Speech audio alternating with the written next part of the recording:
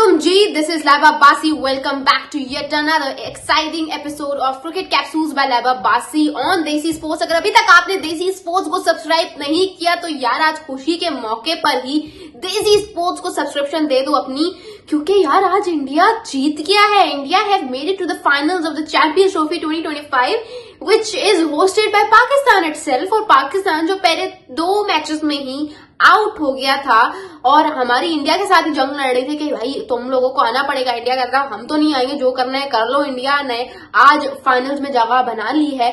ठीक है, ऑस्ट्रेलिया को हरा के और बहुत जबरदस्त तरीके से हराया है ऑस्ट्रेलिया को भारत ने. तो बहुत बहुत मुबारकबाद हो जो भी इंडियन मुझे यहाँ पे देख रहा है. आप सबको मेरी तरफ से, मेरे देसी स्पोर्ट्स के स्टाफ की तरफ से आपको बहुत मुबारक हो, क्योंकि आज आज का दिन आपको लोगों के लिए मल्टीपल वेज में जो है वो बहुत खुशी का दिन होगा. उसकी वजह ये है कि एक तो आपने ऑस्ट्रेलिया से बदला ले लिया 2023 के वर्ल्ड कप का.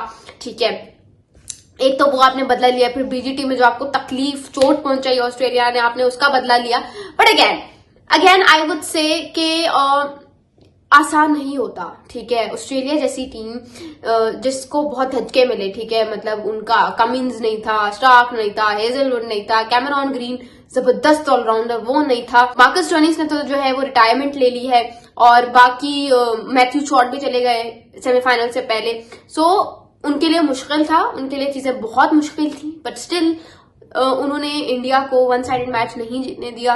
49th ओवर तक 265 का टारगेट, डिसेंट टारगेट होता है दुबई जैसी पिच पे, तो 265 का टारगेट देके उनको 49th ओवर तक लेकर आए, वो अपने आप में एक बहुत बड़ी बात है. और ऑलमोस्ट ट्रेविस हेड नहीं चला उनका आज के मैच में. मतलब उसने अच्छा खासा जो है वो ओपनर के तौर पे आया और उसने अच्छे खासे रन स्कोर किए. मतलब उसने पहले 4 ओवर्स में ऐसा कुछ नहीं किया, लेकिन 5th 6th 7th ओवर को उसने पूरा यूटिलाइज किया और दिखाया कि भाई मैं ट्रेविस हेड हूं, मुझे हल्के में मत लेना. लेकिन वरुण चक्रवर्ती मुझे पता था उसके सामने वो अटकेगा और वो अटका.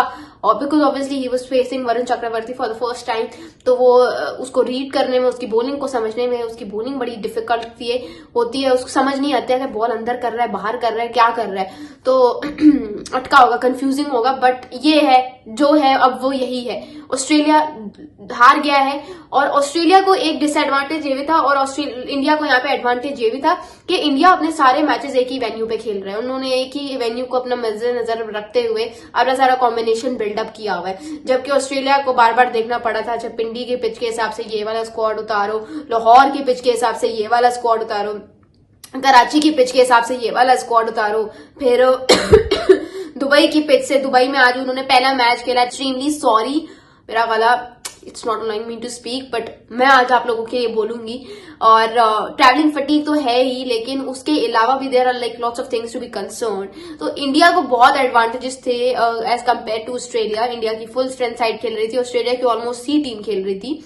अगर स्मिथ, लबुशैंग और ये ट्रेविस हेड को निकाल दो तो बात यह है कि, लेकिन the fact that India have been a very greater side, बहुत जबरदस्त साइड है India, that can not be overlooked by just believing the fact कि नहीं यार वो एक वेन्यू पे खेल रहे हैं. नहीं, इंडिया अच्छी क्रिकेट खेल रहा है और आपको वो मानना पड़ेगा.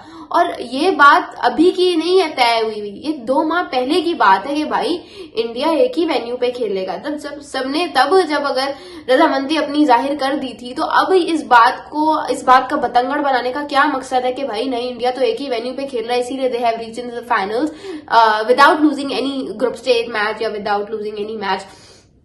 इस बात का बतंगड़ मत बनाओ. इंडिया क्रिकेट अच्छी खेल रहा है, तभी they are today into the finals of the tournament, irrespective of the fact कि आपके अपने मुल्क की क्रिकेट के क्या हालात है, उस पर भी आगे आते हैं. लेकिन यह है कि देखते हैं अब इंडिया का जो फाइनल में टाकरा है वो न्यूजीलैंड से होगा या साउथ अफ्रीका से होगा. न्यूजीलैंड वर्सेस साउथ अफ्रीका की अगर मैं अपनी प्रेडिक्शन दूं तो साउथ अफ्रीका यार अपना दुश्मन खुद है.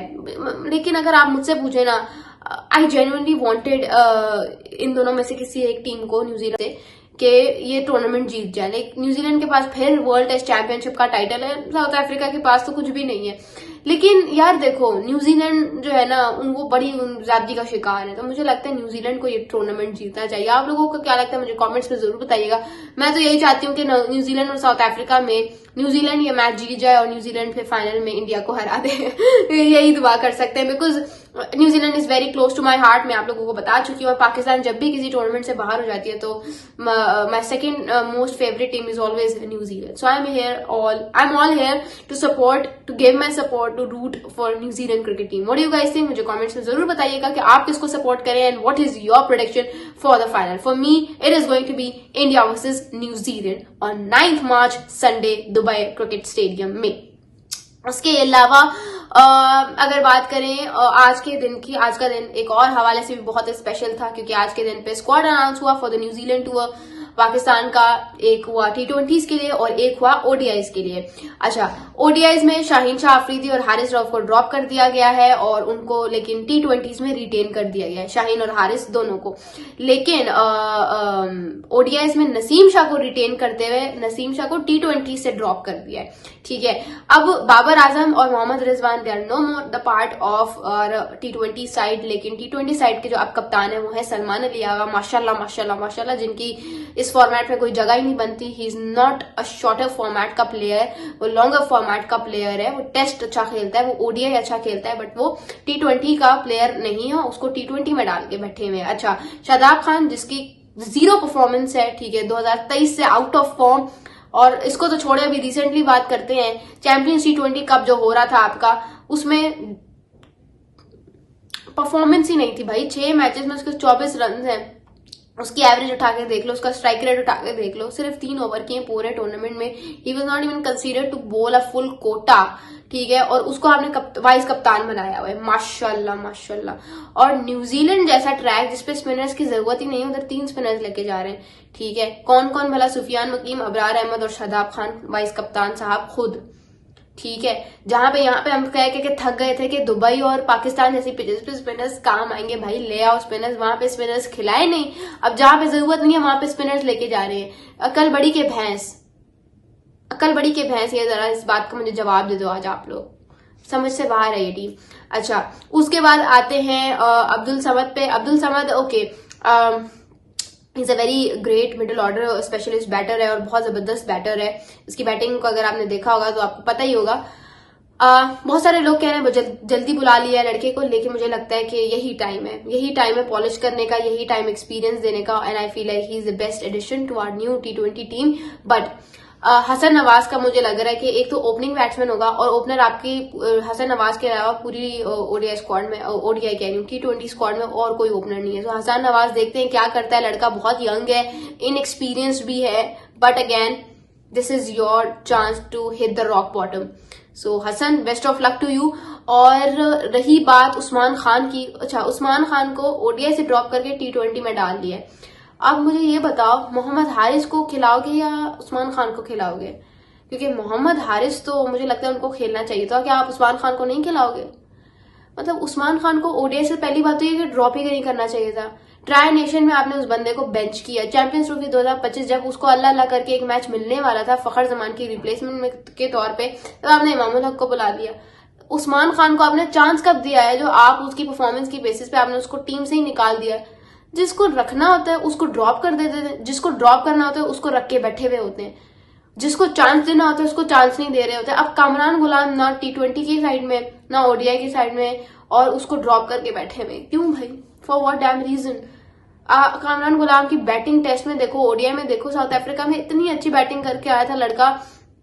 ऑलमोस्ट जिस वेन्यू पे उसको चांस मिला है उधर वो हाफ सेंचुरी करके आया है। उसको बगैर किसी रीजन के ड्रॉप किया हुआ है कामरान गुलाम को हर जमान की रिप्लेसमेंट के तौर पे।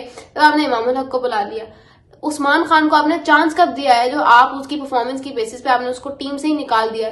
जिसको रखना होता है उसको ड्रॉप कर देते थे, जिसको ड्रॉप करना होता है उसको रख के बैठे हुए होते हैं, जिसको चांस देना होता है उसको चांस नहीं दे रहे होते। अब कामरान गुलाम ना T20 की साइड में ना ODI की साइड में, और उसको ड्रॉप करके बैठे हुए क्यों भाई? For what damn reason? Kamran Ghulam की बैटिंग टेस्ट में देखो, ODI में देखो, साउथ अफ्रीका में इतनी अच्छी बैटिंग करके आया था लड़का। ऑलमोस्ट जिस वेन्यू पे उसको चांस मिला है उधर वो हाफ सेंचुरी करके आया है। उसको बगैर किसी रीजन के ड्रॉप किया हुआ है कामरान गुलाम को। इरफान खान नियाजी यहाँ पे मेरे इतने मुंह में लफ्ज आ रहे हैं, but I can not speak it obviously sitting on an international TV, but ये है कि जिसकी कोई परफॉर्मेंस नहीं है, इरफान खान न्याजी वनडे फॉर्मेट में उसकी कोई परफॉर्मेंस नहीं है, अब उसको सिर्फ मुझे तो लग रहा है एक जिम की वीडियो पे उसको डाल दिया टीम में। कामरान गुलाम को इग्नोर करके इरफान खान न्याजी को वनडे फॉर्मेट में ले आए।